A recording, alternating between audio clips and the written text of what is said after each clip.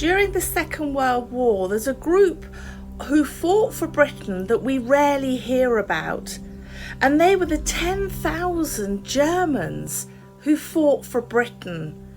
1 in 7 of the German and Austrian refugees who came to Britain just before the outbreak of war served in the British forces. They went on to make an extraordinary contribution because, of course, they had the language and they became vital to military intelligence and to intelligence operations. And their stories have largely been missing from our accounts of the Second World War.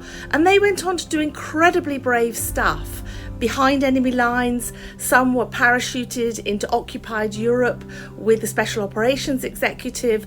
Some served in special commando units. Others with their regiments and the Royal Armoured Corps as tank drivers.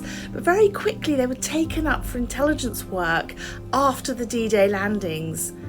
And another extraordinary part of their story, and it's men and women served in military intelligence. Those German Jewish refugees in the wartime made incredible impact in secret operations here in the United Kingdom as well. And some of those were known as secret listeners. And I'll talk more about those shortly. But how many people know that at the end of the war, the German Jewish refugees who'd volunteered to serve in the British forces were sent to post-war Germany in 1945 to help with the vital work of the reconstruction of post-war Europe and the restoration of democracy. To me, this is an incredible legacy that they've left with us.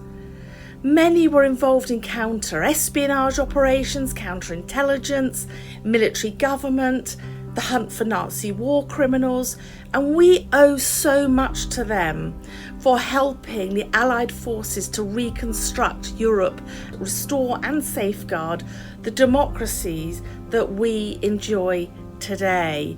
So perhaps this week, in Refugee Week, we'll pause to think, and there are any number of refugees from different nationalities who helped military intelligence.